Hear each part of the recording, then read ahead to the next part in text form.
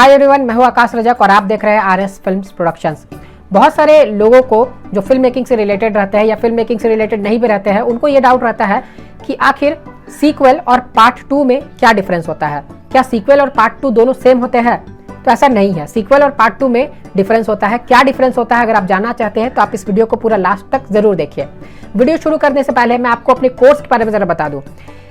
हमारे यहाँ से आप ऑनलाइन स्क्रिप्ट राइटिंग का कोर्स ज्वाइन कर सकते हैं और प्रोफेशनल स्क्रिप्ट राइटिंग सीख सकते हैं। उसमें आपको प्रोफेशनल तरीके से स्क्रिप्ट राइटिंग सिखाई जाती है और आप घर बैठे ज्वाइन कर सकते हैं ऑनलाइन।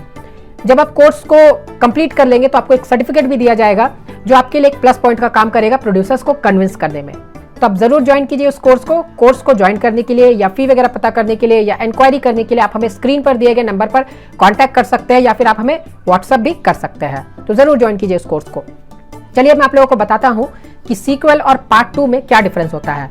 जब भी कोई फिल्म रिलीज होती है, आपने देखा होगा कि आजकल जो है ये सीक्वल्स बनते हैं, पार्ट 2 बनते हैं। तो आखिर सीक्वल और पार्ट 2 में क्या डिफरेंस होता है? सबसे पहले सीक्वल पर आते हैं। सीक्वल का मतलब होता है कि जो पहली फिल्म है जो ऑलरेडी रिलीज हो चुकी है, रिलीज होने के बाद चाहे 1 साल बाद या 2 साल बाद उस पर उसकी कहानी को जो है वो एक नए तरीके से पेश किया जाता है और उसी का जो मेन मोटिव रहता है, जैसे पिछले पार्ट में जो मेन मोटिव रहता है उसी को आधार बनाकर एक नई कहानी बनाकर जो सीक्वल है उसमें दिखाया जाता है। यानी ऐसा नहीं है सीक्वल में कि जिस जगह से कहानी जो है वो एंड हो रही है उस जगह से ही सीक्वल की कहानी स्टार्ट होगी, ऐसा नहीं होता है। सीक्वल में क्या होता है कि जो पिछला पार्ट है उसको आधार बनाकर नए पार्ट को नए अंदाज में लिखा जाता है और नए अंदाज में उसे बनाया जाता है।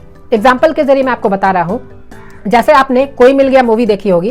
कोई मिल गया में टोटली जो है वो मूवी जो है वो जादू पर बेस्ड थी और एलियंस पर बेस्ड थी और वो तो कहानी आप जानते ही होंगे, तो मुझे ये कहानी एक्सप्लेन करने की ज़रूरत नहीं है। कोई मिल गया सभी लोगों ने देखा ही होगा, शायद ही कोई ऐसे हो जो कोई मिल गया नहीं देखे हो। तो कोई मिल गया जो मूवी थी, वो मूवी जो थी उसकी जो सीक्वल बनाई गई क्रिश, वो बिल्कुल डिफरेंट थी कोई मिल गया से। कोई मिल गया में कहानी जो है बिल्कुल डिफरेंट थी और जो क्रिश है उसमें कहानी जो है वो बिल्कुल डिफरेंट थी। लेकिन क्रिश में कहानी का आधार जो है वो बनाया गया कोई मिल गया को। कोई मिल गया जो है वो आधार था क्रिश का। लेकिन हाँ, कहीं पर भी ये आप नहीं देखे होंगे कि कोई मिल गया जहां से एंड हो रही है वहीं से क्रिश जो है वो स्टार्ट हो रही है, ऐसा नहीं था। वो जो है जहां पर से कोई मिल गया एंड हुई, फिर जो क्रिश जो स्टार्ट हुई थी तो उसमें जो है एक नई तरीके से कहानी को पेश किया गया, हालांकि आधार जो है वो बनाया गया कोई मिल गया है मूवी को। तो ये होता है सीक्वल। अब मैं आप लोगों को बताता हूं कि पार्ट 2 क्या होता है।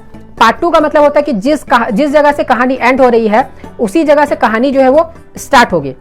जहां पर से आप देखेंगे कि वो एंड हुई है उसी जगह से उसकी घटनाएं जो है वो स्टार्ट होगी और फिर वो जो है वो कंटिन्यूएशन में रहेगी। तो यहाँ पर एक बात आपको ये ध्यान में रखनी है कि सीक्वल्स जो होते हैं वो आप देखिए कि सीक्वल्स को पार्ट 2 नहीं कहा जा सकता है, लेकिन पार्ट 2 को सीक्वल कहा जा सकता है। देखिए, सीक्वल जो है वो एक नई कहानी रहती है लेकिन आधार उसमें जो पहली मूवी है उसी का रहता है।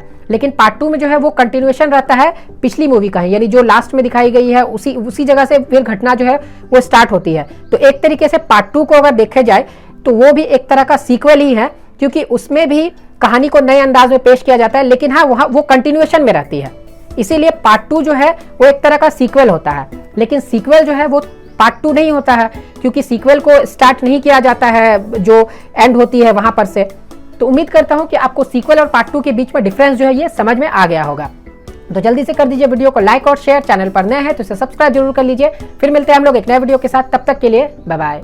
अगर आप प्रोफेशनल तरीके से स्क्रीन प्ले राइटिंग सीखना चाहते हैं तो आप फिल्म राइटर डायरेक्टर आकाश रजक द्वारा लिखी गई इस पुस्तक को जरूर पढ़ें। इस पुस्तक का नाम है कॉन्सेप्ट से स्क्रीन प्ले तक का सफर। इस पुस्तक में आपको concept, one liner story, screen play कैसे लिखी जाती है ये बताया गया है और सबके सैंपल्स भी दिए गए हैं। इसके अलावा इसमें बहुत सारे टॉपिक्स भी दिए गए हैं जो एक राइटर के लिए जानना बहुत ही ज्यादा जरूरी है। स्क्रिप्ट राइटिंग के अलावा एक राइटर को स्क्रीन प्ले ट्रांजिशन की भी पूरी जानकारी होनी चाहिए। स्क्रीन प्ले ट्रांजिशन पर भी एक बुक है जिसका नाम है A to Z screen play transition. इस बुक में सभी तरह के स्क्रीन प्ले ट्रांजिशन को विस्तार से बताया गया है, जैसे fade in, fade out, dissolve to, intercut, jump cut आदि। स्क्रिप्ट राइटिंग और स्क्रीन प्ले ट्रांजिशन दोनों ही बुक खरीदने के लिए लिंक आपको इस वीडियो के डिस्क्रिप्शन बॉक्स में मिल जाएंगे। आप इन दोनों बुक्स को जरूर खरीद कर पढ़ें। दोनों ही बुक के प्राइसेस बहुत अफोर्डेबल हैं। आप इस बुक को खरीदने के बाद अपने मोबाइल, लैपटॉप या कंप्यूटर में आसानी से पढ़ सकते हैं। धन्यवाद।